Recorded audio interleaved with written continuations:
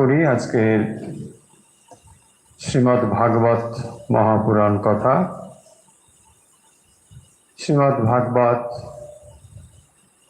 এর পাঠ শুরু করি আমরা যে মঙ্গলাচরণ শ্লোকটি পাঠ করে। আসুন সবাই আমরা সেই শ্লোক একসঙ্গে পড়ি। মূকং করোতি বাচালম পঙ্গুং লঙ্ঘয়তে গিরিম ইয়ৎ কৃপাতমহং বন্দে পরমানন্দমাধবম।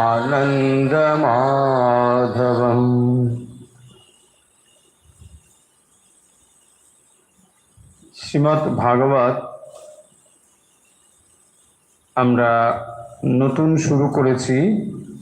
যারা আমাদের সঙ্গে নিয়মিত থাকেন তারা এতদিনে নিশ্চয়ই জেনেছেন যে এর আগের আমরা কিছু অনুধ্যানে শ্রীমদ্ ভাগবত বিষয়ে আপনাদের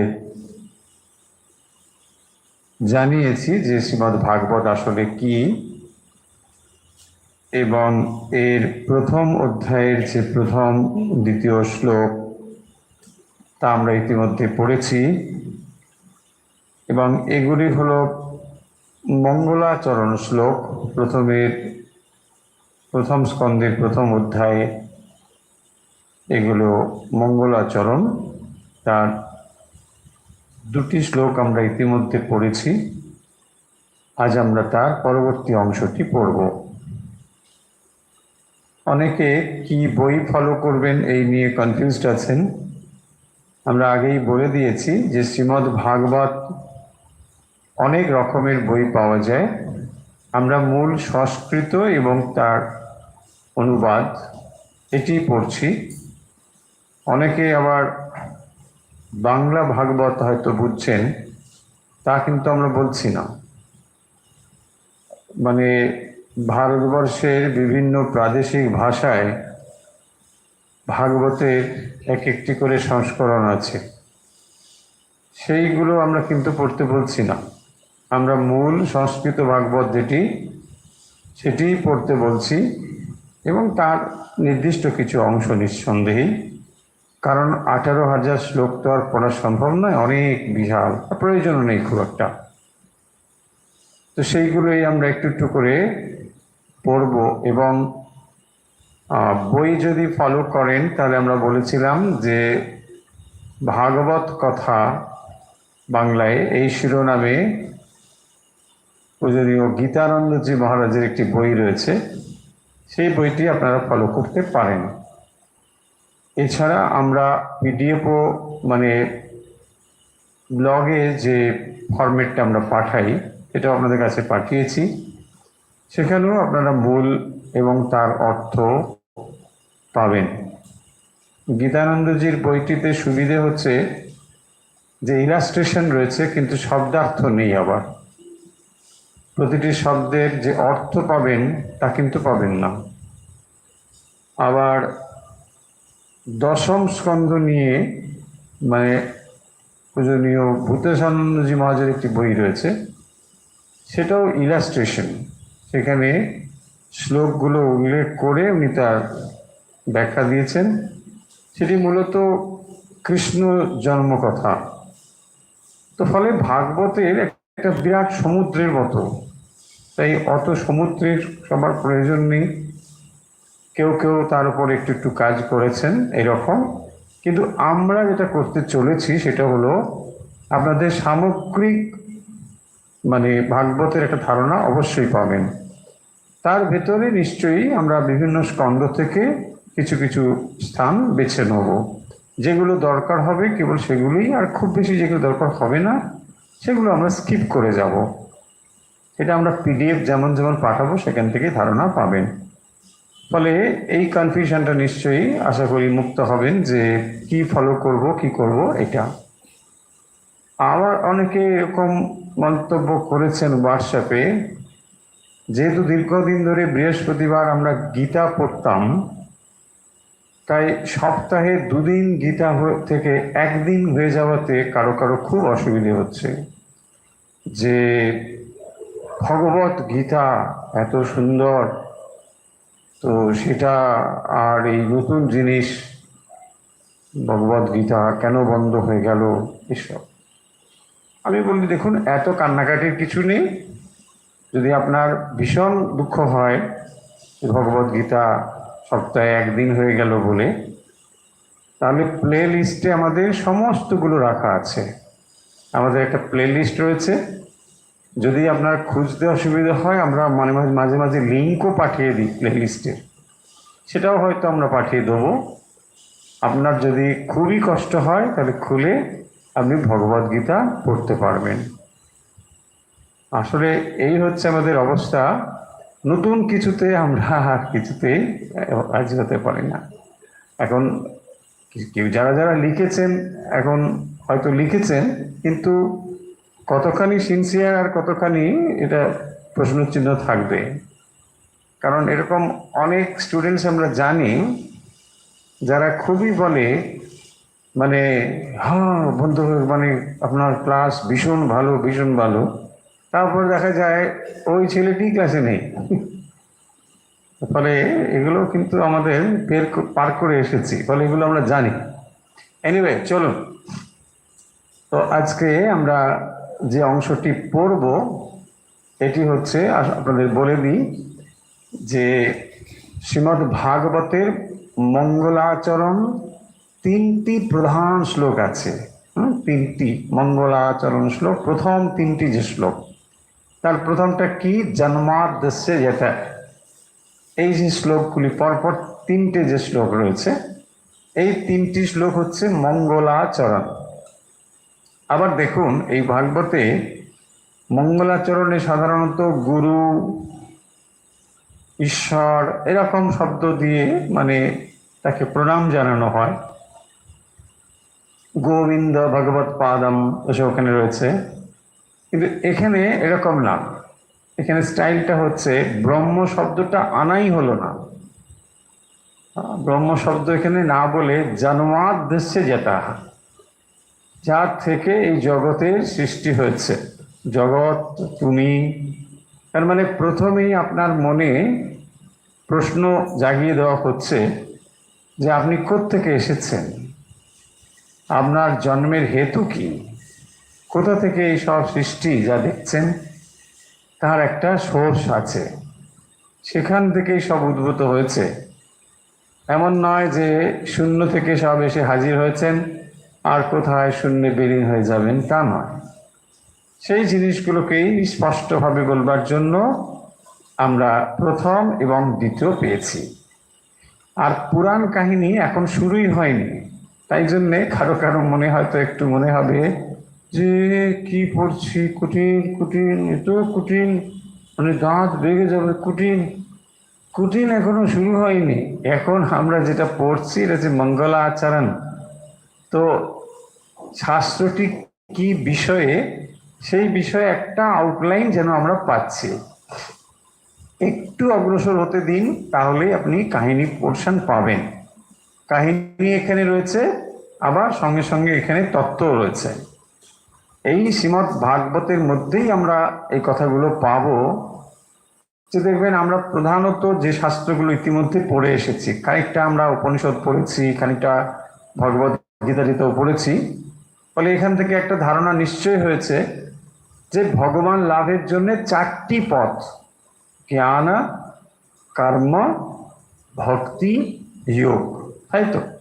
তো এই যে 4টি প্রধান রাস্তা বা পথ, তার ভেতরে এখানে জোর দেওয়া হয়েছে মূলত জ্ঞান এবং ভক্তির। এখন প্রশ্ন আসতে পারে যে তাহলে আমরা আর যে 2টো পথ মানে কর্ম এবং যোগ, সেই পথগুলোকে এখানে আমরা কেন জোর দিচ্ছি না, বা শ্রীমদ্ ভাগবত কেন দিচ্ছে না? দেখুন এই 2টো পথই মানে যে দুটোর নাম বললাম, কর্ম এবং যোগ, এই দুটোর ভেতরে স্বয়ং সম্পূর্ণতা নেই। স্বয়ং সম্পূর্ণতা মানে কর্মের দ্বারা আপনি চিত্তশুদ্ধি পর্যন্ত যেতে পারবেন, কিন্তু তাও আবার যদি নিষ্কামভাবে অনুষ্ঠিত হয়। তবুও কর্মের দ্বারা সরাসরি আপনি ঈশ্বর লাভ করতে পারবেন না। চিত্তশুদ্ধি তারপরে সেই অন্তরকে ভগবত ভক্তিতে পূর্ণ করলে পরে তবে হবে, তা নাহলে হবে না। সরাসরি এটা কর্মের দ্বারা হবে না। কর্মের দ্বারা যে হবে না তার মানে এই নয় যে কর্ম একটা খুবই খারাপ ব্যাপার, তা নয়। কিন্তু দেখুন, সাধারণত আমরা কি বুঝি, কর্মযোগ মানে মানুষের জন্য কাজ করে যাও। মানুষের জন্য কাজ করে যাওয়াটাও কর্মযোগ নয়। কর্মযোগের উদ্দেশ্য হলো নিষ্কাম তো বটেই, ভগবত প্রীতির জন্য করতে হবে। এখানে যদি ঈশ্বরকে না নিয়ে আসা হয় তাহলে কর্মযোগও ব্যর্থ। কর্মযোগ সেটা বন্ধনেরই হেতু হয়ে যাবে। এই পয়েন্টগুলো খুব ক্লিয়ার থাকা দরকার। আমরা সাধারণ মানুষ ভাবি যে মানুষের জন্য প্রচুর কাজ করলেই কর্মযোগ হয়ে গেল, আর তা কিন্তু নয়। সেখানে অনেক মানুষ দেখবেন এইরকম ফিলোসফিতে বিশ্বাস করেন, আমি ভগবান টগবান মানি না, আমি মানুষের জন্য কাজ করি। এই ফিলোসফিটাও পূর্ণ ফিলোসফি নয়। আপনি মানুষের জন্য কাজ করেন কেন? মানুষের কিসের অভাব পড়েছে? আপনার কাজের জন্য মানুষ অপেক্ষা করে না। আপনি ভগবত প্রীতির জন্য যদি করেন, ঈশ্বরের জন্য যদি করেন, কেবল তাহলেই সেটা কর্মযোগ হবে, নাহলে কর্মযোগ সেটা হবে না। এটা কর্মভোগই হবে এবং সেটা বন্ধনের হেতু হবে। এই ছোট ছোট জিনিসগুলো না জানার ফলে আমরা কর্ম করে যাই, কিন্তু কর্মযোগ হয় না। ফলে যে কথাটি সরাসরি ছোট্ট করে বলে নিই, আসল বিষয়ে আসব। তাহলে কর্ম সরাসরি ঈশ্বরের দিকে আমাদের মনকে নিয়ে যেতে পারে না চিত্তশুদ্ধি পর্যন্ত। আর যোগের ক্ষেত্রেও সবাই আমরা যোগ অভ্যাসের উপযুক্ত নই। বিশেষ করে এই যুগে তো নয়। যোগ অভ্যাসের জন্য যেরকম শারীরিক দৃঢ়তার প্রয়োজন হয়, যে কঠিন নিয়ম শৃঙ্খলার ভেতর দিয়ে যেতে হয়, আমরা সাধারণ মানুষ তা অনেকেই পারবো না। ফলে এইগুলো আমাদের দ্বারা হবে না। তাহলে বাকি রইল জ্ঞান এবং ভক্তি। এবারে এই জ্ঞান এবং ভক্তি, এই দুটো পথ কিন্তু আমরা অনুশীলন করতে পারি। সেই কারণের জন্য দেখবেন শ্রীমদ্ ভাগবতের মধ্যে বিশেষ করে এই দুটোরই সংমিশ্রণ রয়েছে। সেই জন্যে এখানে জ্ঞান ও মিশ্রা ভক্তি। কেবল জ্ঞান আমরা উপনিষদ আদি যখন পড়েছি সেখানে পূর্ণ জ্ঞানের কথা রয়েছে, আবার যখন আমরা কেবল ভক্তির কথা পড়ছি সেখানেও ভক্তির কথা। কিন্তু শ্রীমদ্ ভাগবতের বৈশিষ্ট্য হচ্ছে এখানে বিশেষ করে এই দুটো জ্ঞান এবং ভক্তি একটা সুন্দর সংমিশ্রণ রয়েছে। তাই এটি সাধারণ মানুষ থেকে বিশেষ ক্ষমতা সম্পন্ন, যোগ্যতা সম্পন্ন ভক্ত সকলের মনকে কিন্তু এটা ছুঁয়ে যেতে পারে, স্পর্শ করতে পারে। সেই কারণের জন্যে এই শ্রীমদ্ ভাগবত একটি অপূর্ব গ্রন্থ বললে ভুল বলা, কম বলা হবে। কারণ এর উৎস কিন্তু বেদ, উপনিষদ। এমন নয় যে এটা একটা নতুন কিছু শাস্ত্র, তা নয়। কিন্তু এই বেদ উপনিষদকে সাধারণ মানুষের উপযোগী করে এত সুন্দরভাবে পরিবেশিত হয়েছে যে আপনার মনকে সহজেই ঈশ্বরের দিকে নিয়ে যাবে। আপনি যখন এই কথাগুলো শুনবেন, যখন এইগুলো চিন্তা করবেন, আপনার মন ঈশ্বরীয় ভাবে পূর্ণ হয়ে উঠবে। এইগুলোই হচ্ছে এই গ্রন্থটির বিশেষত্ব। শ্রীমদ্ ভাগবত আর শ্রীমদ্ ভগবত গীতার ডিফারেন্স আমরা আগে বহুবার বলে দিয়েছি, তবুও কারো কারো মনে এখনো কনফিউশন রয়েছে। ভাগবত হচ্ছে ভগবত সম্বন্ধীয়, ভগবত সম্বন্ধীয়, ভগবানের সম্বন্ধে কথা। আর ভগবত গীতা হচ্ছে ভগবান স্বয়ং বলছেন, বুঝছে? এটা হলো তফাৎ। সেই অর্থে ভাগবত কথা মানে যে কোনো ঈশ্বরীয় গ্রন্থই হচ্ছে ভাগবত কথা, তাই না? যদি আপনি কথামৃতও ধরেন, সেটাও একরকম ভাগবত কথা। কারণ তার ভেতরে ভগবানের কথাই রয়েছে। তাই এইভাবে দেখলে সমস্ত কথা যেখানে ভগবানের কথা লিপিবদ্ধ রয়েছে শাস্ত্রাদিতে, এটা ভগবানেরই কথা, ভাগবত কথা। আরেকটি পয়েন্ট, যে শ্রীমদ্ ভাগবত বা গীতা অথবা অন্যান্য উপনিষদ আদি, এগুলো দেখবেন কলেজ বিশ্ববিদ্যালয়ে পড়ানো হয়, ভাগবতও পড়ানো হয়, কিন্তু সেই পড়া আর আমাদের এই যে পড়ার মধ্যে তফাৎ আছে। তফাৎ হচ্ছে এই যে ওখানে কেউ নিশ্চয়ই ভক্তি লাভের জন্য পড়তে যায় না, সেখানে যে উদ্দেশ্য থাকে সকলেই আমরা জানি। সেই কারণের জন্যে তার ওই পর্যন্ত দৃষ্টি, এর পরেরটা আর কিছু হয় না। সেই জন্য আপনি কোন দৃষ্টি নিয়ে গ্রন্থ পাঠ করছেন এটাও কিন্তু খুব বড় কথা। যদি আপনার মনে হয় যে আমি 2-4টে শ্লোক শিখলাম, তারপর ফেসবুক নিয়ে বসবো, মানে লাইভ করব ফেসবুকে, তাহলে সেটা একটা উদ্দেশ্য হতে পারে।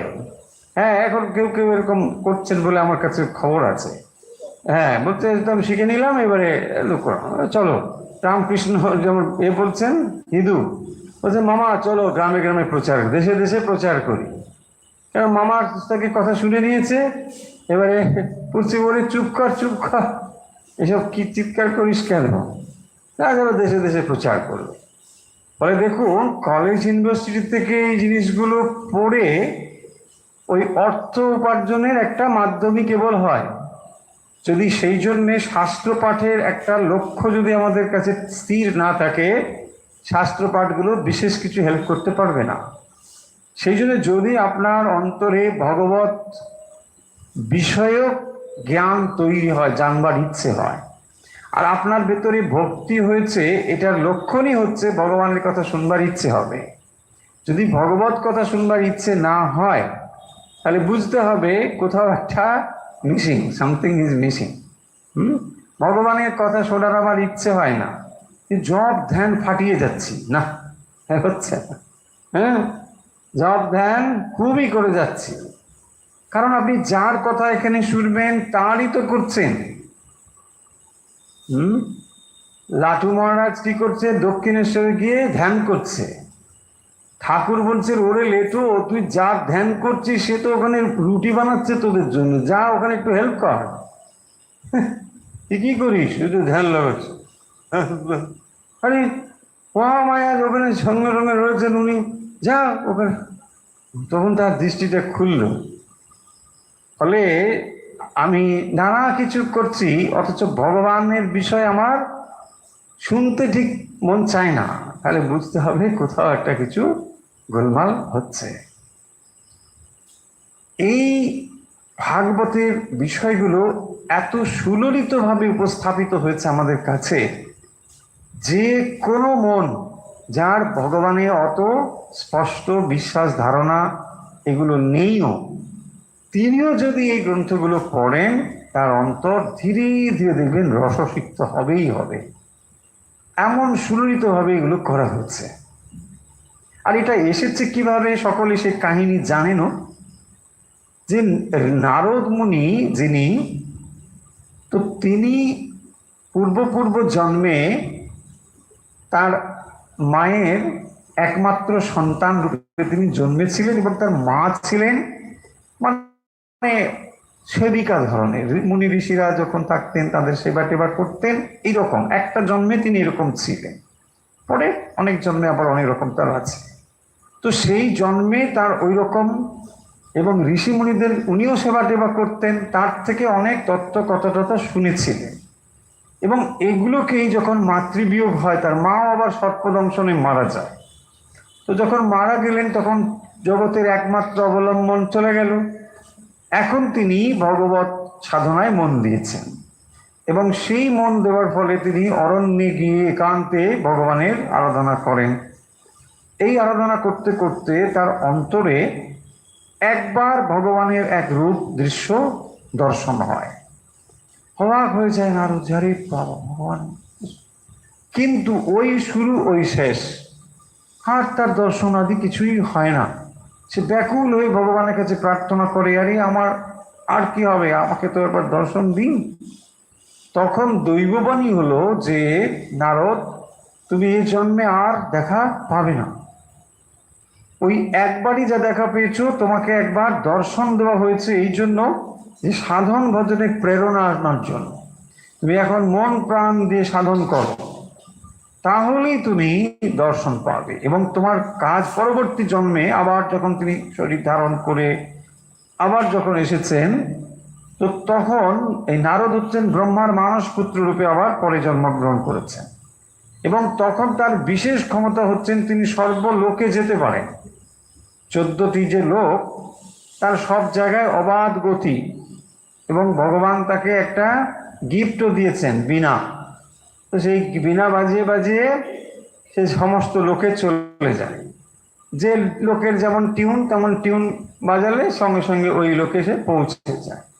মানে এই ধরনের ব্যাপারগুলো রয়েছে। এই নারদ তিনি কিন্তু এই যে আমরা শাস্ত্রটি পড়তে চলেছি, তার পেছনে বিরাট অবদান হচ্ছে নারদের।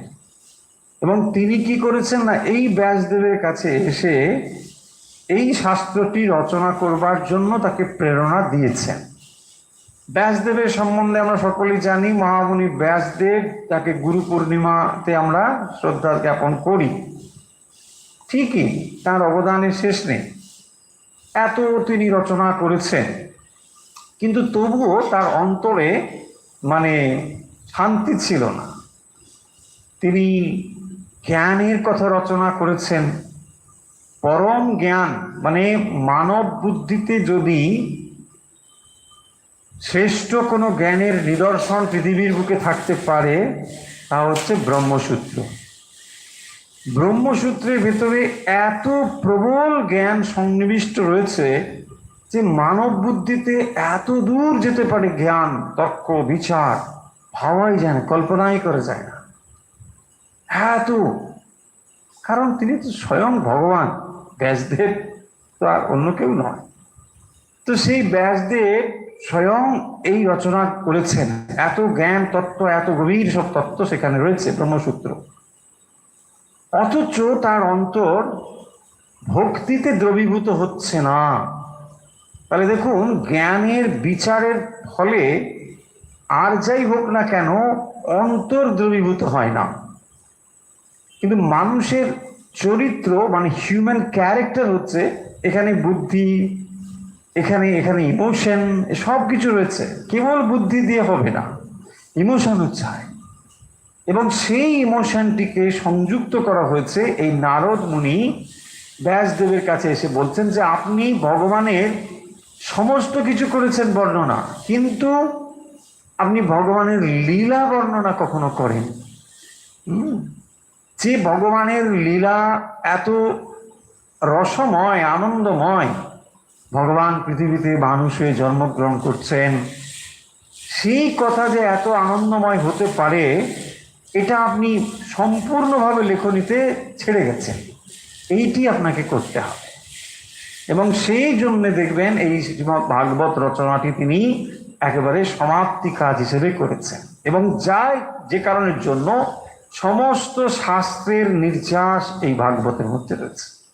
শ্রীমদ্ ভাগবত এত অপূর্ব একটি গ্রন্থ, একটু একটু করে প্রবেশ করলে তবেই এই রসটা আপনি বুঝতে পারবেন যে শ্রীমদ্ ভাগবত এত রসসিক্ত একটি বিষয়, আপনার মনকে টেনে নিয়ে যাবে ওইদিকে, এমন বিষয় আপনি শুনতে বাধ্য হবেন।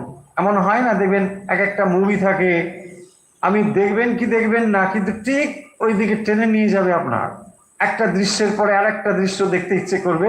এক্স্যাক্টলি ওভাবেই এটা করা হয়েছে, যে আপনার বিষয়াসক্ত মনকে কিভাবে ঈশ্বরের দিকে নিয়ে যেতে হবে, এই যেন এত সুন্দরভাবে এটাকে সাজানো হয়েছে। এবং প্রেক্ষাপটটা কিভাবে দেখুন, সেই রাজা পরীক্ষিত, তিনি এর ভেতরে প্রবেশ করছেন, এই কথা শুনছেন এবং তার মন প্রশান্তিতে ভরে যাচ্ছে। যার আসন্ন মৃত্যু, এই কথা শ্রবণ করার পর তিনি মৃত্যু টিত্যু সব ভুলে যাচ্ছেন। এই কথার ভিতরে এমন ডুবে গিয়েছেন, রাতের পর রাত, দিনের পর দিন কেটে যাচ্ছে। তাহলে এমনও জিনিস হতে পারে যদি আপনার খিদেটা প্রবল হয়, এখন তখনই তো ভালো লাগবে, তাই না? এইটাই হচ্ছে আসল ব্যাপার। তাহলে শাস্ত্র চিরকাল একই রয়েছে। খিদের কম বেশির ফলে কখনো এটা ভালো লাগে, কখনো সরাও সরাও মনে হয়। এই খিদে নেই, যখন আপনার খিদে নেই তখন যদি ধরুন বিরিয়ানি কি সরাও, আর যদি খিদে থাকে তখন দেখবেন সাধারণ মুড়ি টুড়ি নিয়ে গেলে বলছে আরে দাও দাও অমৃত খাচ্ছে, হবে কি না? এক্স্যাক্টলি ওঠায়। তাহলে এখানে খিদেটা আসলে কি? এই খিদেটা কি এই জাগতিক খিদে? তা নয়, ঈশ্বরের প্রতি। তাহলে ভগবত খিদে যদি আপনার ভেতরে থাকে, আধ্যাত্মিক ক্ষুধা যদি অন্তরে থাকে, তখন দেখবেন এইগুলোকে আপনার গোগ্রাসের মতো গিলতে ইচ্ছে করবে। তা নাহলে হবে না। দেখুন, পূজনীয় রঙ্গনাথনজির কথা মনে পড়ছে যে তিনি তখন ছাত্র, তারপরে তিনি কথামৃতর প্রথম দর্শন পেয়েছেন। কথামৃত প্রথম তিনি কথামৃত পড়ছেন। বলছি কথামৃতটা পড়ে এত ভালো লাগলো, মানে পর তিনি সব ওই কথামৃতর সমস্ত খণ্ড পড়ছে, বলছে গোগ্রাসের মতো সব গিলছি। পূজনীয় রঙ্গনাথানন্দজি মহারাজ, চিন্তা করুন, পরবর্তী সময়ে তার নিজের মুখে আমরা শুনেছি স্বামীজির কমপ্লিট ওয়ার্কস তিনি মোর দেন 100 টাইমস পড়েছেন। 100 বারের বেশি এক একটা বই তিনি পড়েছেন, নিজের মুখে আমরা শুনেছি বলতে। এর মানে কি?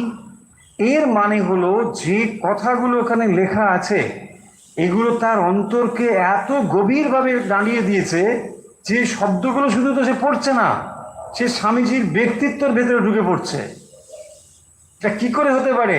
তখনই হতে পারে যদি গভীরভাবে তার এই শূন্যতা অন্তরে থাকে, তাহলে হবে না। একজন মানুষ কদিন পরে তার শরীর চলে যাবে, হসপিটালে ভর্তি আছে, ডায়ালিসিস চলছে, এত কঠিন অবস্থা তার, ওইখানে বসে বসে বই কখনো পড়ছে, সেবককে বলছে পড়ে শোনাতে, নিউরো সায়েন্স পড়ছেন উনি, একদম আর কদিন পরে শরীর চলে যাবে।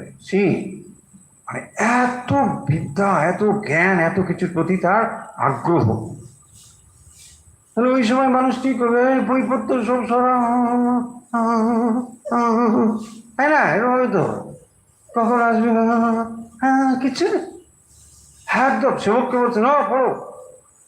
ভাবলে বা পয়েন্টটা যেটা মহারাজের কথা বলা পয়েন্টটা হচ্ছে যে যখন অন্তর এই জিনিসগুলো আসবে, দেখুন যখনই আপনি ভগবদ গীতা পাঠ করতে বসবেন মনে মনে আপনাকে অর্জুন হতে হবে, আর যখন আপনি শ্রীমদ্ ভাগবত শুনতে বসবেন তখন মনে মনে পরীক্ষিত হতে হবে। আর তা না হলে এই কথাগুলো তাৎপর্য আপনার কাছে নিয়ে আসবে না, অনলি স্টোরি হয়ে যাবে। ও জাস্ট স্টোরি, ও ইটস ওকে, গল্প শুনছি, কত গল্পই তো শোনেন জীবনে। এটা সেরকম নয়, এইটা আপনার জীবনে অমৃত নিয়ে আসবে। একজন মানুষ মাত্র 7 দিন আর জীবিত আছেন, ভেবে দেখুন, তার কাছে এই অমৃতময় বাণীগুলো কি গভীর দোতনা নিয়ে আসছে। এখন চলুন 3 নম্বর শ্লোকটি আমরা পড়ে ফেলি, তারপরে সময় থাকলে 2 নম্বর এবং 1 নম্বর একটু রিভিশন হবে। শ্লোক নম্বর 3, নিগম কল্প তরোর গলিতম ফলম সুখ মুখাত অমৃত দব সংযুতম পিবত ভাগবতম রসমালয়ম মুহুরহো রসিকা ভুবি ভাবুকাহ। আবার পড়ছি, লক্ষ্য করুন। নিগম কল্পতরোর গলিতম, নিগম কল্পতরোর গলিতম ফলম সুখ মুখাত অমৃত দব সংযুতম, সুখ মুখাদ অমৃত, সুখ মুখাদ মৃত দ্রব সংযুতম পিবত ভাগবতম রসমালয়ম মুহুরহো রসিকা ভুবি ভাবুকাহ। আগে এর অর্থ দেখব, তারপরে এর ব্যাখ্যাতে যাব। এখানে দেখুন, তাহলে সম্বোধন করা হচ্ছে রসিকা ভাবুকাহ, রসিকা ভাবুকাহ। রসিকা মানে যিনি রসজ্ঞ, হে ভগবত রসজ্ঞ, ভগবত প্রীতি রসজ্ঞ, যে ভগবত প্রীতি রসটাকে জানে, এইভাবেই তাকে সম্বোধন করছে, হে রসিকাহা, ভগবত প্রীতি রসজ্ঞগণ, হে রসিকাহা, কিরকম ভুবি ভাবুকাহা, এবং ভাবুকাহা। ভাবুক মানে হচ্ছে, আমরা কি বলি বাংলায়, ভাবুক মানে যে চিন্তা করে, হ্যাঁ ভাবুক, ও ভাবুক মানুষ মানে থাকে, কি একটা ডুবে আছে। এখানেও ঠিক সেরকম অর্থ, কিন্তু অর্থটা এখানে ভগবত বিষয়ে যে ভাব, সেই নির্দিষ্ট একটি ভাবের চিন্তাকে বলা হয় ভাবুকাহা, বিষয় ভাবনা নয়। হ্যাঁ, ভাবুকাহা মানে হচ্ছে ভগবত প্রাপ্তির ভাব রয়েছে অনেক। কি ভাব? কত রকম ভাব আছে, আমরা ভাব পড়েছি না, অনেক রকম ভাব, ভক্তিতে বিশেষ করে। কি কি ভাব? দাস্য, সখ্য, বাৎসল্য, এই সিরিজ খুলে গেছে, ব্যাস। তাহলে এই হয়ে গেল, এগুলো যে ভাব। তাহলে এই যে ভাব, সেই ভাবের কোনো একটি নির্দিষ্ট ভাবে যখন সে গভীরভাবে মনন করে, তাকে বলে ভাবুকাহা।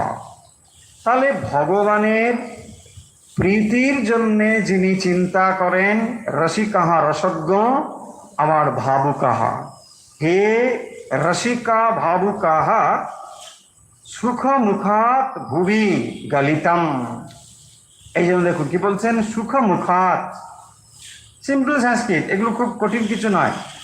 সুখ মুখাত, সুখ মুখাত মানে সুখদেবের মুখ থেকে, সেই জন্য সুখ মুখাত, সুখের মুখ থেকে, মুখাত মুখ থেকে, তাহলে সুখ মুখাত সুখদেবের মুখ থেকে, ভুবি মানে পৃথিবীতে, ভুবি, ভুবি গৃণান্তি, ভুবি পৃথিবীতে, গালিতম, গালিতম মানে পতিতম, গালিতম মানে পড়লো। তাহলে সুখের মুখ থেকে পৃথিবীতে যে অমৃত পড়েছে, গালিতম পতিতম, কি সেটি? অমৃত দ্রব সংযুতম, হ্যাঁ, অমৃত দ্রব সংযুতম। তাহলে অমৃত রস সংযুক্ত হয়ে যেটা পতিত হয়েছে, কোথায়? পৃথিবীতে। অমৃত রস সংযুতম, অমৃত দ্রব সংযুতম, এবং সেটা কি? নিগম কল্পতরোহ রসম। এই রসমটা কি রসম? হ্যাঁ, নিগম কল্পতরোহ রসম। হ্যাঁ, নিগম কল্পতরোহ, নিগম মানে বেদ, নিগমা। তাহলে নিগমা কল্পতরোহ, কল্পতরু মানে কল্পতরু থেকে কল্পতরোহ, নিগম কল্পতরোহ মানে নিগম বেদ রূপ কল্পতরু থেকে, যে রসম, রসম মানে ভগবত রস, রসম ভাগবতম, যার নাম হচ্ছে শ্রীমদ্ ভাগবত। তাহলে এই ভাগবতটা কিরকম এবারে বোঝা যাচ্ছে? এটা হচ্ছে রসম। কিরকম রসম? সাউথ ইন্ডিয়ার রসম না, রসুম রসুম, সেই রসম না। এই রসম হচ্ছে নিগমা কল্পতরোহ রসম, নিগমা কল্পতরোহ রসম, এটা হচ্ছে নিগম কল্পতরুর রস।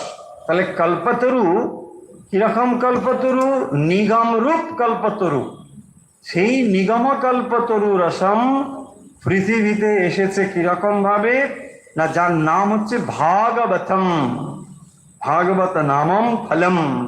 তাহলে এই ফলমটা কি ফলম? ভাগবত ফলম।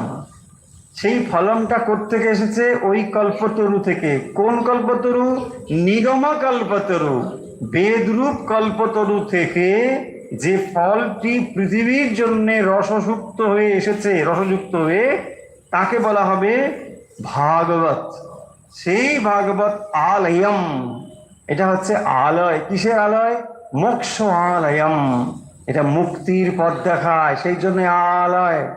মহালয়া, মহান আলয় শেষ মহালয়া, স্ত্রীলিঙ্গে মহালয়া। তাহলে দেখুন এই সেই মহা আলয়, তাহলে আলয় মানে মোক্ষ আলয়, মুহু মানে অহর অহ অহ মানে মুহুর্মুহু, পিবত মানে পান করো, যেম তোমরা, তোমরা সেইটা পান করো। সুন্দর না? অপূর্ব সুন্দর। দেখুন আমি আবার পড়ছি, সহজ সংস্কৃত, কঠিন কিছু না। দেখুন বলছেন অহো হে রসিকাহা, মানে যিনি এই ভগবত কথা রসজ্ঞ, যিনি এই রসটি বোঝেন, তাকেই শাস্ত্র সম্বোধন করে বলছেন হে রসিকাহা, হে ভাবুকাহা। ভগবত প্রীতির জন্য, ভগবত রস বিশেষের ভাবনা নিপুণ যে ভক্ত, রসিকা ভাবুকাহা সুখ মুখাত। এখানে সুখ মুখাত মানে একদিকে সুখ পাখি, আবার অন্যদিকে সুখদেব ঋষি, সুখদেব মুনি, সুখদেব, দু অর্থেই সুখ শব্দটা চলতে পারে। এখানে সেভাবেই এটা ব্যাখ্যা করা হয়েছে। সুখ মুখাত ভুবি, পৃথিবীতে গলিতম, সুপক্ষ তা হেতু যেটা পড়েছে গলিতম। দেখুন যখন গলিতম মানে পতিতম, তাহলে বৃক্ষ থেকে ফল কখন পতিত হয়? যখন সুপক্ষ হয়। সেই জন্যে এখানে প্রতিটি শব্দই খুব তাৎপর্যপূর্ণ। গলিতম মানে এই পক্ষ, ফলটি পড়েছে, কেউ জোর করে দাঁড়িয়ে পেরে ফেলেনি, সেই গলিতম মানে সুপক্ষ, এটি পরিপূর্ণ হয়েছে। কেন না ব্যাসদেব এই সমস্ত শাস্ত্র রচনা করবার পরে এইটি করেছেন, তাই এটি সুপক্ষ, তার অভিজ্ঞতায় পরিপূর্ণ, সেইটি তিনি পৃথিবীতে দিচ্ছেন। সুখদেব এটাকে পরিবেশন করছেন। কারণ একটু আগে আমরা বললাম যে নারদ মুনি ব্যাসদেবকে বলেছেন, আবার ব্যাসদেব সেটি তার পুত্র সুখদেবকে বলেছেন। সেই জন্য এখানে এই শ্লোকে সুখদেব থেকে যে বর্ণনা করা হয়েছে তার কথা বলছেন। সুখ মুখাত পৃথিবীতে গলিতম পতিতম, কি সেটি? অমৃত দব সংযুতম, এবং সেই অমৃতময় ফল সেটি কিরকম? নিগম কল্পতরোহ রসম, নিগম কল্পতরুর রস, হ্যাঁ সেইটি ভাগবতম ফলম, সেই ফলটি হচ্ছে ভাগবত ফল। সেই ফল যা মুখের আলয়, মুহু মুহু পিবত, যা তোমরা সব সময় পান করো, সেই অমৃত তোমরা শ্রবণ করো। তো এই ভগবানের যে বেদ জ্ঞান রাশি, সেই জ্ঞান রাশি থেকেই এই শ্রীমদ্ ভাগবত তার ফল স্বরূপ বলছেন কল্পতরুর, এটা হচ্ছে অমৃতময় ফল। তাহলে সমস্ত শাস্ত্রের থেকে ভাগবত শ্রেষ্ঠ একথা বলছেন না, বরং বলছেন সমস্ত শাস্ত্রের নির্যাস সংযুক্ত যে ফল, পরিপক্ক যে ফল, এটি হচ্ছে ভাগবত। তাহলে ভাগবত যদি আপনি ঠিক ঠিক বুঝতে পারেন, পড়তে পারেন, সমস্ত শাস্ত্র আপনার জানা হয়ে যাবে। কারণ আসল উদ্দেশ্যটা কি? ভগবানকে ভালোবাসা, ভক্তি লাভ করাই তো শাস্ত্র পাঠের উদ্দেশ্য। তা নাহলে আর কি লাভ? এটা নিয়ে তো আপনি পাণ্ডিত্য জাহির করবেন না, তাতে কোনো লাভ নেই।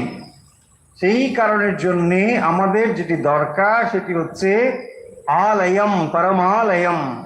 দেখুন সেই জন্য বলছেন পিবত ভাগবতম রসমালয়ম, এটি হচ্ছে রসের আলয়, সেই পরম ভগবত আনন্দ, ভগবত প্রেম রূপ যে রস, তা এই শাস্ত্রের মধ্যে পাওয়া যাবে।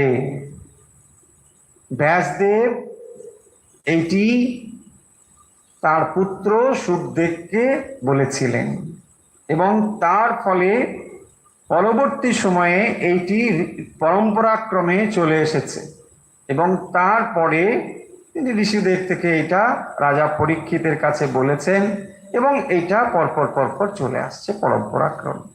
সেইটি এখানে এই জন্য বলছেন যে সুখ মুখাত, এর ব্যাখ্যা করতে গিয়ে মানে শ্রীধর স্বামী টিকাতে, শ্রীধর স্বামী, তো তিনি মানে সুন্দর করে বলছেন এখানে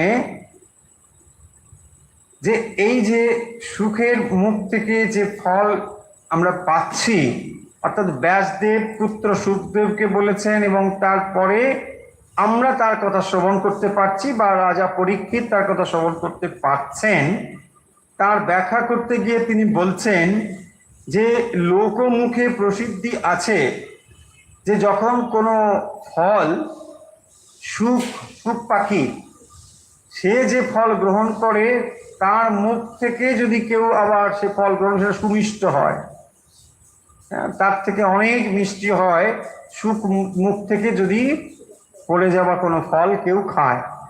সুখ হচ্ছে পাখি, সে সুখ পাখি কি করে ফল খায়, সে যে ফল খাবে তারপরে তার ফল খাওয়ার ফল যদি পড়ে যায় গাছের থেকে অনেক সময়, সেই ফল যদি কেউ খায় সেটা অন্য ফলের থেকে নাকি মিষ্টি হয়। এই যে প্রসিদ্ধি কথা, এটাকেও তিনি কাজে লাগিয়ে ব্যাখ্যা করছেন যে ব্যাসদেবের থেকে বরং সুখদেবের মুখ থেকে যে কথা আমাদের কাছে এসেছে সুখমুখাত, সেইটি আরো বেশি মিষ্টতা প্রাপ্ত হয়েছে, তার সঙ্গে যেন আরো রস যুক্ত হয়েছে। এটা যেমন পাখির উপমা দিয়ে সুখ পাখি বলা হলো, এমনি আমরা এর দিক থেকেও দেখতে পারি যে অধিকারী বিশেষে দুজনের মধ্যে তারতম্য রয়েছে। ব্যাসদেবের মধ্যে মানে আর যাই থাক না কেন তিনি নিঃসন্দেহে মহাপণ্ডিত কথা বলার অপেক্ষা রাখে না, কিন্তু সুখদেব হচ্ছেন আজন্ম ব্রহ্মচারী এবং এই একজন অধিকারী যিনি এই ভগবত কথা বলবার যথেষ্ট অধিকারী এবং রাজা পরীক্ষিতের অন্তরে ভগবত প্রেম জাগিয়ে দেবার জন্যে অত্যন্ত উপযুক্ত আধার। সেই জন্যে যা ব্যাসদেবের মুখ থেকে যদি আমরা শ্রবণ করতাম তার থেকে সুখদেবের মুখ থেকে শ্রবণ করার ফলে সেটি যেন আরো বেশি রসযুক্ত হয়েছে, আরো সুমিষ্ট হয়েছে। এটাই এখানে বর্ণনা করে বলা হয়েছে। বলছেন গলিত অস্য রসস্য পাতুম শক্যত্বাৎ ফলমিত্যুইতি দ্রষ্টব্যম। তো এখানে এই কথাগুলো মানে বলা হয়েছে এবং এর ফলে যে আমরা ধর্ম অর্থ কাম ও মোক্ষ সেইটিকে এখানে রসম আলয়ম এই শব্দের দ্বারা যুক্ত করা হয়েছে, যে এর দ্বারা আমরা ধর্ম অর্থ কাম ও মোক্ষ সমস্ত পুরুষার্থ এখানে আমরা লাভ করতে পারি।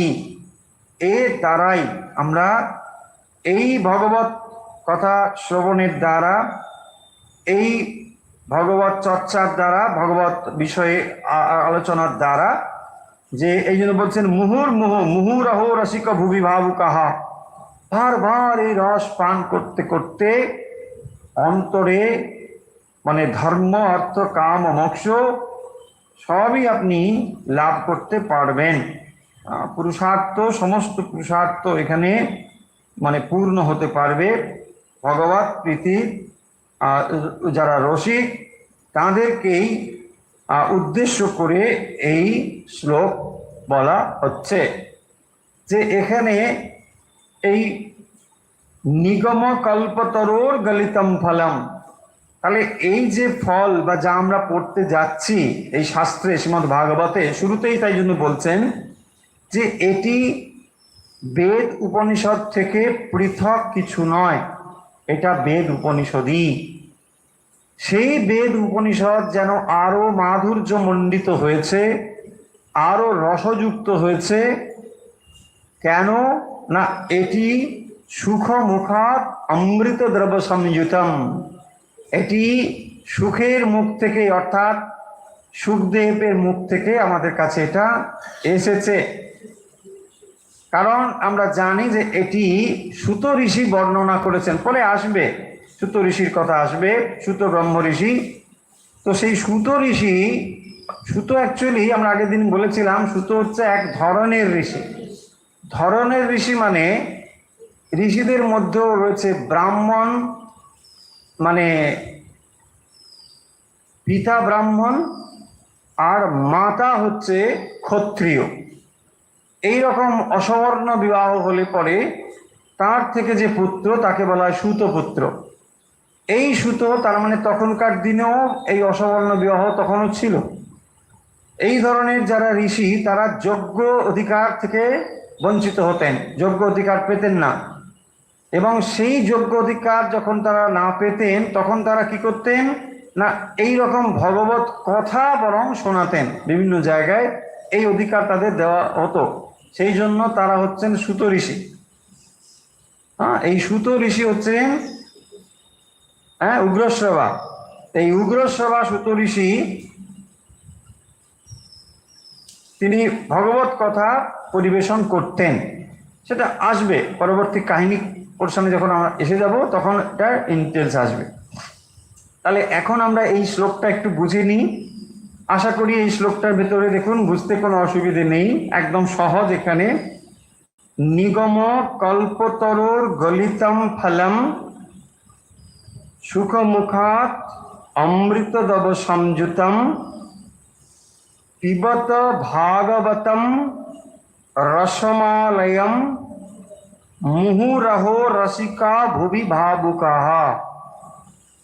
তাহলে এই অমৃত ফল পৃথিবীতে নিয়ে এসেছেন নারদ ঋষি ব্যাসদেবকে, ব্যাসদেব থেকে সেটি সুখদেবের মুখ হয়ে আমাদের কাছে এসেছে।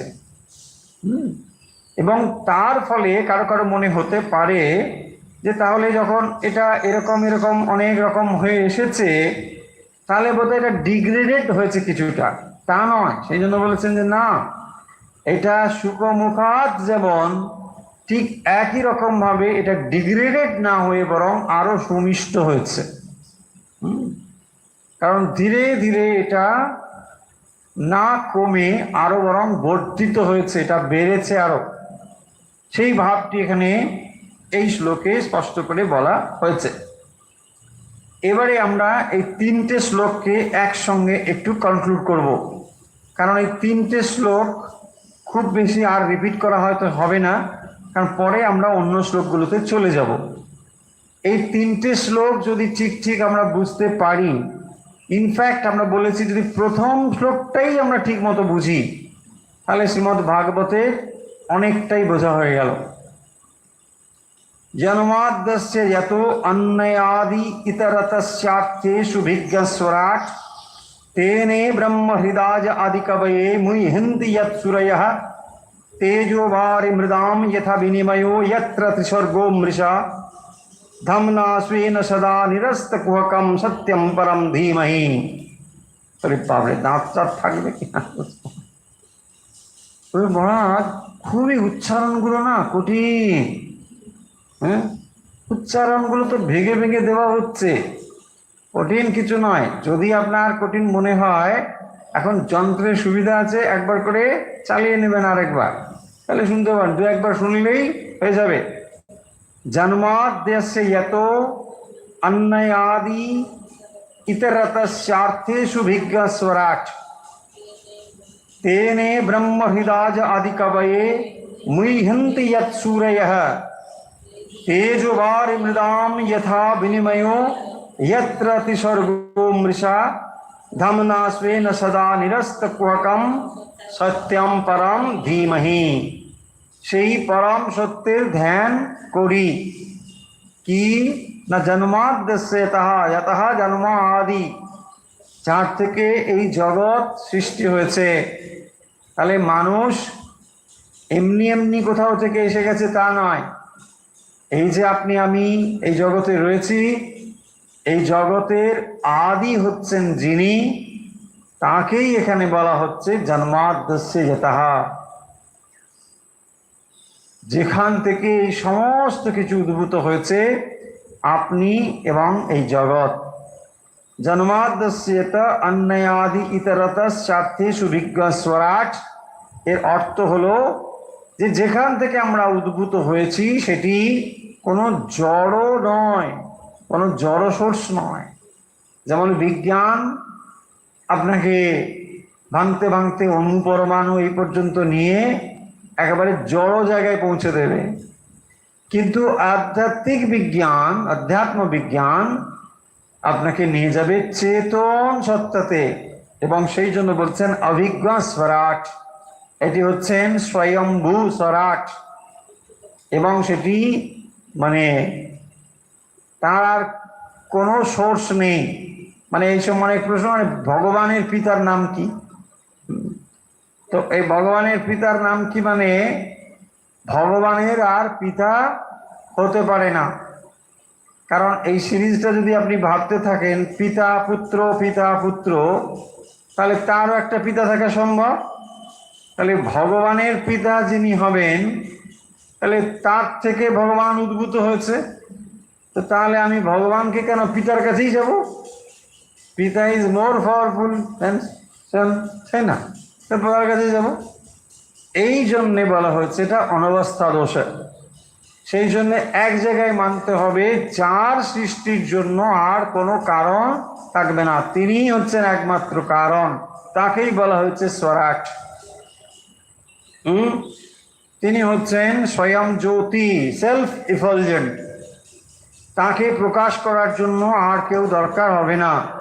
যেমন সূর্য, সমস্ত কিছু প্রকাশের জন্যে আলোর দরকার, কিন্তু আলো অন্যকে প্রকাশিত করে, নিজেকেও প্রকাশিত করে, তাই না?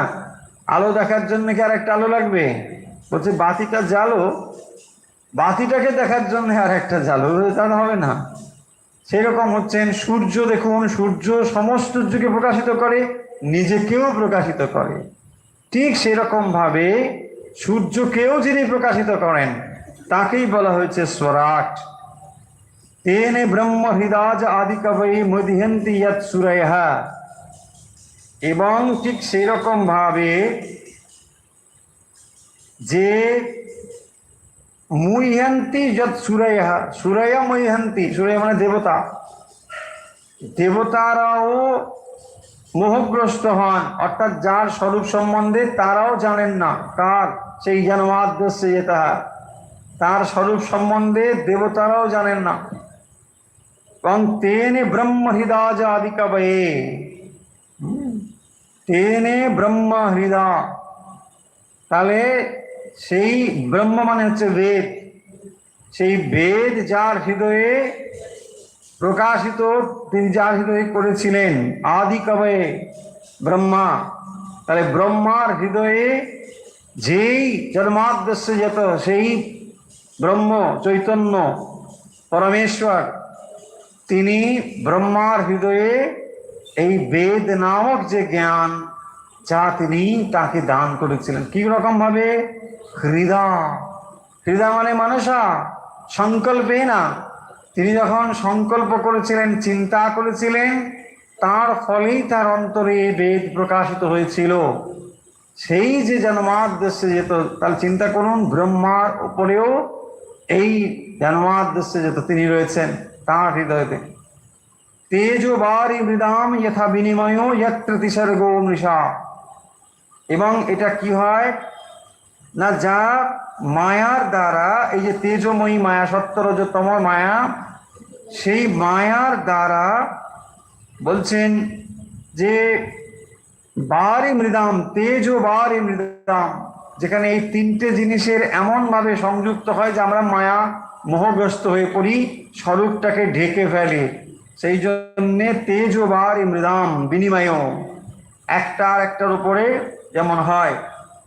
এর ফলে তারপরে বলেছেন ধামনা স্বেন সদা নিরস্ত কুহকম, সেই যে জন্মাদ্যস্য, যার থেকে এই সমস্ত কিছু উৎপন্ন হয়েছেন, তিনি হচ্ছেন নিরস্ত কুহকম, তার মধ্যে কিন্তু কোনো মায়া নেই, তিনি মায়াধীশ, আর জীব হচ্ছেন মায়াধীন।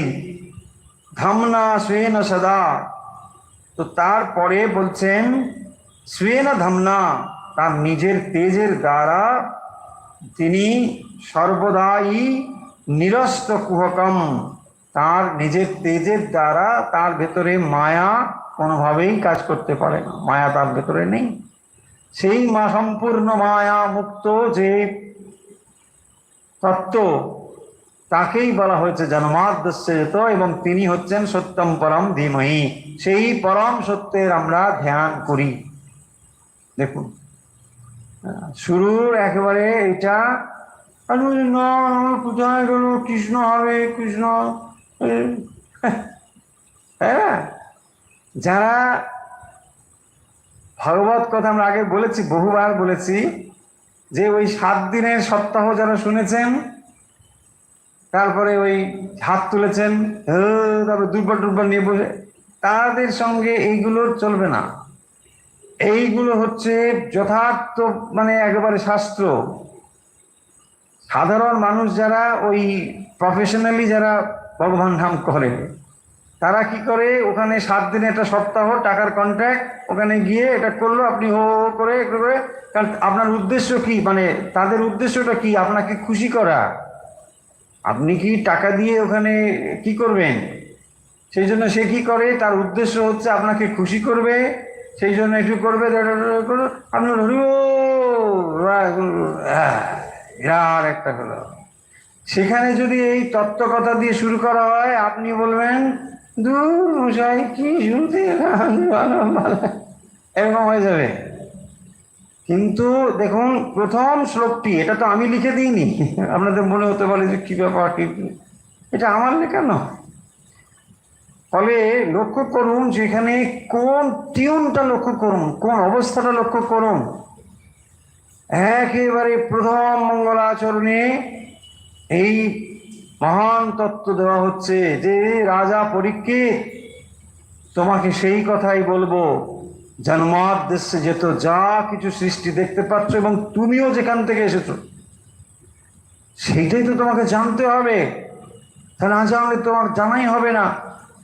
তুমি যেখান থেকে উদ্ভূত হয়েছো, যেখানে চলেছো, যেটা তোমাকে জানতে হবে, সেই পরম সত্যম ধীমহি, সে কথাই বলবো। তাহলে একদম দেখুন, হাইয়েস্ট যে টিউন সেখানে তুলে দিয়ে এবার ধীরে ধীরে নামবেন। দেখবেন ভগবত কথা, শ্রীমৎ ভাগবত এই টিউনে থাকবে না, আস্তে আস্তে আস্তে আস্তে নামবে। কিন্তু আপনাকে মাত্রাটা তুলে দেওয়া হচ্ছে ওইখানে, আপনার মাইন্ডসেটটাকে রেডি করে দেওয়া হচ্ছে যে এটা আপনি গল্প বই পড়তে বসছেন না, আপনি ওই মাইন্ডসেটটাকে রেডি করুন, এখানে সেই পরম তত্ত্ব আপনাকে জানানো হবে। আপনি রেডি? বলছে রেডি। এইবারে ধীরে ধীরে আপনাকে দেখবেন ঈশ্বরের নানা রকম তার অবতার কথা এইসব নিয়ে আসবেন, অনেক প্রসঙ্গ রয়েছে। কিন্তু আপনার মাইন্ডসেটটাকে তৈরি করে দেওয়া হচ্ছে যে আপনি যে শাস্ত্রটা পড়তে চলেছেন, এটা এক অমূল্য সৃষ্টি, এক অমূল্য শাস্ত্র আপনি পাঠ করছেন। দ্বিতীয় শ্লোকটা দেখুন, আমরা পড়ে ফেলেছি, তবু আরেকবার আমরা রিপিট করছি। ধর্ম প্রজ্জিত কৈতবত্র পরমো নির্মৎসরাণাম সতাম वेद्यम वास्तवमत्र वस्तु शिवदम तापत्रयो उन्मूलनम श्रीमद्भागवते महामुनिकृते किंबा परैरीश्वरः सद्यो हृदो अवरुद्धते अत्र कृतिभिः शुश्रूषुभिः तत्क्षणात्। কি বললেন? প্রজ্জিত কৈতব अत्र परमो निर्मत्सराणाम सताम। যে মহামণিকৃতে মানে শ্রী নারায়ণ ভগবান, তাকে নারায়ণ বলা হচ্ছে। দেখুন, এই সৃষ্টির একটি ব্যক্ত একটি অব্যক্ত। ব্যক্ত অবস্থা থেকে আমরা যদি দেখি, মানে সেই চৈতন্য প্রকাশিত হচ্ছেন হিরণ্যগর্ভ ব্রহ্মা, তারপর থেকে পরপর আমরা দেখতে পাচ্ছি চতুর্বিংশতি তত্ত্ব এইসব রয়েছে। কিন্তু যখন আমরা পরম অব্যক্ত অবস্থার কথা বলছি, এখানে তাকেই বলা হয়েছে নারায়ণ রূপে। সেই নারায়ণ মানে তিনি, যাকে আমরা দেখতে পাবো যে তিনি ক্ষীর সমুদ্রে রয়েছেন, তার নাভি কমল থেকে বদ্ধজনী ব্রহ্মা জাত হলেন, এসব রয়েছে না। আসলে ব্যাপারটা দেখুন, সেই পরম তত্ত্ব থেকেই হিরণ্যগর্ভ জাত হলেন। এটাকে আমরা স্টোরি লাইনে যখন নিয়ে এলাম, ওইভাবে তখন আমরা একটা তৈরি করলাম। তখন আপনার কাছে একটা মূর্ত জিনিস এলো, আপনি তখন বাহ, এটা বেশ ভালো লাগছে। ইয়েস, এটাই হচ্ছে পুরাণ কাহিনীর মূল বক্তব্য। যে কথাগুলো আপনি শাস্ত্রে পড়েছেন, সেগুলোই এখানে দেখবেন একটা স্টোরি বলে চলে আসছেন। এই ক্ষীর সমুদ্র মানে জল, মানে একটা সমুদ্রের জল, এই জল নয়, ওটাও ওখানে সিম্বলিক। ওই জল মানে সেই পরম অবস্থা যেখানে অ্যাবসলিউট, একেবারে সৃষ্টির আরো আদি অবস্থা, সেটাই বোঝানো হয়েছে এইভাবে। সেই জন্যে শাস্ত্র পুরাণ পড়তে গেলে এগুলোকে আক্ষরিক অর্থে সবসময় যে ধরতে হবে তা নয়। যেখানে দেখবেন 1000 বছর ধরে তপস্যা করছে, 1000 বছর তপস্যা করছে না, এখানেই রয়েছে সৌনক ঋষি 1000 বছর ধরে মানে ওই নৈমিষারণ্যে যজ্ঞ করছেন, 1000 বছর। হ্যাঁ, একটা মানুষ 1000 বছর যজ্ঞ করছেন। এইটাই হচ্ছে পুরাণের স্টাইল, যে ওখানে মানে বাড়িয়ে বাড়িয়ে দেবে একটু, এই স্টাইলটা আপনাকে ধরতে হবে। কিন্তু সব মিথ্যে কথা তা বলছি না, কিন্তু এরা এইভাবে এটাকে বলবে। সেখানে হয়তো 100 বছরই ছিল, এটা 1000 বছর রূপে বলা হচ্ছে, এটা আপনাকে ধরে নিতে হবে। বাল্মীকি মুনি 60,000 বছর ধরে ওখানে থাকলেন, দেখবেন এইসব রয়েছে। 60,000 বছর ধরে তার শরীর বল্মিক হয়ে গেল, তারপরে সেখানে প্রবল বৃষ্টি হলো, বল্মিক ধুয়ে গেল, তার অস্থি চর্মসার, সেখান থেকেও তার কথা বেরোচ্ছে রাম রাম, মরা মরা। নারদ মুনি গিয়ে আশীর্বাদ করলেন, এসব রয়েছে না। এখানে ওই টাইম স্পেন্ডটাকে আপনাকে একটু ঠিকঠাক করে ভাবতে হবে। কেন মুশকিল হচ্ছে কি, আধুনিক মনস্ক মানুষজন তখন ওখানে গিয়ে উঠে 60 বন্ধ করো, সব ঘেঁজারি গপ্প। আসলে ব্যাপার নয়, তত্ত্ব আছে। তত্ত্বটা যে রয়েছে এটা আপনাকে জানতে হবে, এর স্টাইলটা ধরতে হবে, তবেই আপনি কিছু খুঁজে পাবেন। তাহলে পাবেন না। কারণ এই যে অমৃত ফলটি, এই যে বলেছেন না একটু পরে যে আমরা শ্লোকটি পড়লাম, তৃতীয় শ্লোকটি, ভাগবতম রসমালয়ম, এই সুপক্ষ যে ফল, এই ফলের মধ্যে কোনো আটি নেই, খোসা নেই, অন্য কিছু নেই, শুধু জুস, শুধু রস। হ্যাঁ, এটাই এখানে রয়েছে। সেই জন্য বলেছেন পিবাতা, এটা পান করেই চলো, এর মধ্যে ছোবড়া টোবড়া যে এসব কিছু নেই, অন্য কিছু নেই, এতটাই অমৃতময় এটি। শ্রীমদ ভাগবতে মহামুনিকৃতে কিংবা পরের ঈশ্বর। এবং এইটি কিরকম না, ভাগবত শাস্ত্র নির্মৎসরাণাম অসুয়াশূন্য, সর্বভূতে দয়াশীল যে ব্যক্তি, ব্যক্তিগণের অনুষ্ঠানযোগ্য ঈশ্বর আরাধনারূপ শ্রেষ্ঠ পরম নির্মৎসরাণাম সতাম। তাহলে এদের ক্ষেত্রেই এটা প্রযোজ্য, বা তারাই এর সাধনা করে থাকেন, বা এই শাস্ত্রটি তারাই গ্রহণ করে থাকেন, যেটা মোক্ষ অভিলাষ রহিত নিষ্কাম ধর্ম নিরূপিত হয়েছে। তার মানে যে এখানে মানে মোক্ষরূপ যে কামনা সেটাও এখানে নেই, এতটাই ত্রিতাপ বিনাশক। এটা ত্রিতাপকে নষ্ট করে, পরম সুখদায়ক এবং পরমার্থ সম্বন্ধীয় এখানে সেই বস্তুই এখানে রয়েছে, সেটাই এখানে তত্ত্ব। এবং যেটা কি হয়, সব থেকে বড় কথা, সদ্য হৃদি অবরুদ্ধতে অত্র। সদ্য হৃদয় অবরুদ্ধতে, এই কথা যখন শ্রবণ করছেন, ভগবান আপনার হৃদয়ে অবরুদ্ধতে, ভগবানকে আপনি আপনার হৃদয়ে ধরে রাখতে পারবেন। যে ভগবান তুমি পালাবে কোথায়, তোমাকে আমার হৃদয়ে আমি ধরে রাখবো, যেতে আমি তোমাকে দেবো না। সেইটি পৃথিবী শুশ্রূষিভি তৎক্ষণাৎ তৎক্ষণাৎ, দ্য ভেরি মোমেন্ট যখন আপনি এটাকে শুনছেন, সেই মুহূর্তেই আপনার মনকে ঈশ্বরে দিতে আপনি বাধ্য হবেন।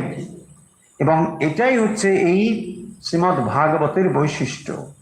দেখবেন যখন আপনি একটা হরর মুভি দেখেন, বা কোনো একটা কিছু আশ্চর্যজনক ঘটনা শ্রবণ করেন, তখন আপনার সম্পূর্ণ মনটা ওইখানে চলে যায় কি না, তখন আর আপনি অন্য কিছু ভাবতেই পারেন না। আপনার মনটাকে যেন জোর করে টেনে নিয়ে চলে যায় ওই হরের থিমগুলো বা ভাবনাগুলো, বা অন্য কোনো কিছু। এটাকেই বলে আশ্চর্য রস। শাস্ত্রে আশ্চর্য একটা রস, আশ্চর্য। আশ্চর্য মানে কি, আহ আহ চরতি ইতি আশ্চর্য। কি দেখছেন, মানে we cannot express in words. সুতরাং হ্যাঁ, কেমন খাচ্ছেন, এই যে আহা, এই আশ্চর্য, এটা একটা রস বলা হয়েছে শাস্ত্রে, এটা একটা রস। তার মানে আপনার মনটাকে একেবারে সম্পূর্ণভাবে টেনে নিয়ে যাচ্ছে ওখানে। এখানেও সেই কথা রয়েছে, আসবে সেই কথা। যখন সেই ভগবানের লীলা কথা শ্রবণ করবেন, শুনতে শুনতে আপনার মনে হবে, আরে কি ভগবানের লীলা কথা আমি শুনছি, কি অমৃত কথা। ভগবান এইভাবে মানব দেহ ধারণ করে এসেছিলেন, তিনি এই করেছিলেন। আর কে শুনছে? স্বয়ং স্বয়ং পরীক্ষিত শুনছেন। হ্যাঁ, যার সঙ্গে ভগবান শ্রীকৃষ্ণের ওতপ্রোত সম্বন্ধ, যাদের সঙ্গে, তাই না, অর্জুনের পুত্র, তার পুত্র, ফলে বুঝতেই পারছেন যে কতটা রিলেশন তাদের গভীরে আছে। এবং সেই কথা সে পরে শুনবে, ভগবানের কথা, তখন তার কাছে কি মনে হবে, আরে ভগবান এখানে এসেছিলেন, আমি তার কথা শ্রবণ করবার সুযোগ পাচ্ছি। এই রকম ভাবে হৃদয় পরিপূর্ণ হয়ে যাবে। এবং তৃতীয় যে শ্লোকটি, নিগম কল্পতরুর গলিতম ফলম, নিগমটাকে কল্পতরু বলা হয়েছে। ভগবান যে কল্পবৃক্ষ, স্বর্গের বৃক্ষ হচ্ছে কল্পবৃক্ষ, পারিজাত পুষ্প। তো এই যে কল্পবৃক্ষ, এখানে তুলনা করা হচ্ছে নিগম কল্পবৃক্ষ। বেদটাকে কল্পবৃক্ষ বলা হচ্ছে, কল্পতরুর গলিতম। এবং গলিতম মানে সুপক্ক, তারপরে এটা গলিতম, সুপক্ক হয়ে পড়েছে। It is ripen, it is totally mature, সেইটি বলছেন। ফলম সুখমুখাত অমৃত দ্রব্য সংযুতম। এবং এটা সুখের মুখে পরিবেশিত হয়েছে বলে, মহামণি সুখদেব এটাকে পরিবেশন করেছেন বলে, এটা আরো বেশি কি হয়েছে, অমৃত দ্রব সংযুতম, দ্রব মানে রস, তাহলে অমৃত রস সংযুক্তম, এটা আরো অমৃত রস সংযুক্ত হয়েছে। পিবত ভাগবতম রসমালয়ম, এবং সেই ফলমটা কি, সেটাই হচ্ছে ভাগবতম। শ্রীমদ ভাগবতম হচ্ছে সেই ফল, এবং যেটা রসযুক্ত। মুহুরহ রসিকা ভুবি ভাবুকহা, মুহু মানে মুহুর মুহু, বারবার, পুনরায়, তাহলে সব সময়। তার মানে এই শ্রীমদ ভাগবত যেমন আপনাকে মোক্ষ লাভের জন্য আলয়ম বললেন, মোক্ষ লাভের পথে এটাকে নিয়ে যাবে, মোক্ষ লাভের পরেও এই শাস্ত্রই আপনার পাঠ্য হবে। কারণ ভগবানের কথা, আপনি এইটাকে অবলম্বন করে পরম সুখালয়, পরম আলয় লাভ করতে পারেন। এবং তারপরেও আপনার মনে হবে এই অমৃতময় কথা আরো শ্রবণ করি। তাহলে ভগবানের কথা শ্রবণ করে আলয় লাভ করাও যেমন যায়, আলয় লাভ করার পরেও, মোক্ষ লাভের পরেও, তখনও দেখবেন। তাহলে শাস্ত্র আমাদেরকে দুভাবে সাহায্য করে। এক, শাস্ত্র আমাদের অবলম্বন, কিসের? মোক্ষ লাভের জন্য পথ। আবার মোক্ষ লাভের পরেও এই শাস্ত্র নিয়েও থাকা যায়। শ্রীরামকৃষ্ণের জীবন বা অন্যান্য জীবন দেখলেও আপনি একই রকম পাবেন। সেখানে তিনি শাস্ত্র শ্রবণ করে করে, সাধন ভজন করে, ভগবান লাভ, এসব তার জীবনে রয়েছে। আবার পরবর্তী সময়ে আমরা দেখব, তখনও দেখবেন এই শাস্ত্র তিনি শ্রবণ করছেন, ভগবানের কথা শুনছেন। তাহলে দুটোর মধ্যে তফাৎ। এক, তিনি তখন অবলম্বন এটাকে নিয়ে সত্য লাভের জন্য চেষ্টা করে সত্য লাভ বা মোক্ষ লাভ করেছেন। এবং তারপরে মনটাকে কোথায় রাখবেন? শুদ্ধ পবিত্র এই ভগবানের কথা শ্রবণ করছেন। তাই দেখবেন এই জন্য এখানে মুহু শব্দটা ব্যবহার করা হয়েছে। মুহু, মুহুরহ, মুহুর মুহু, সব সময়, অলওয়েজ, ইয়েস, এটা এই জন্য এখানে অহরহ, সব সময়। তার মানে সত্য লাভের জন্য, সত্য লাভের পরেও এই শাস্ত্রই আপনাকে সাহায্য করবে। সেই জন্য দেখবেন অনেকে আছেন যারা নিত্য শাস্ত্র পাঠ করেন, সেটা গীতা হতে পারে, যে কোনো শাস্ত্র নিত্য পাঠ করে যাচ্ছেন। সত্য লাভের জন্য এখন পাঠ করছেন, পরে সত্য লাভ হয়ে যাবার পরেও পাঠ করছেন। এই হলো দুটো। ভাগবত শব্দটির একটি একটি আমার মাথায় এসেছে, আপনারা শুনতে পারেন যে এরকম একটা অর্থ হতে পারে। চারটে ওয়ার্ড নিয়ে, ভা, ভা মানে হচ্ছে দীপ্তি, ভাতি, দীপ্তি, ভা। তো এই ভাতি মানে বা দীপ্তি মানে হচ্ছে যা ঈশ্বরের দীপ্তি, সেখান থেকে হলো ভা শব্দটি। তারপরে হচ্ছে গ, গ হচ্ছে গম ধাতু, গতি,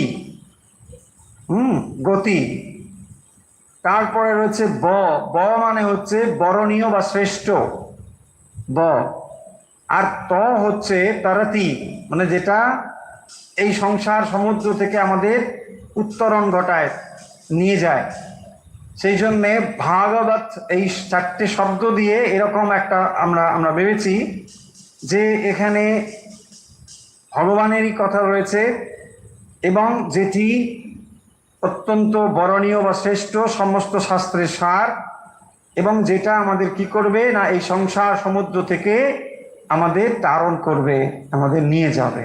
এই হচ্ছে ভাগবত কথার একটা ভাবনা, আপনাদের কাছে শেয়ার করে দিলাম।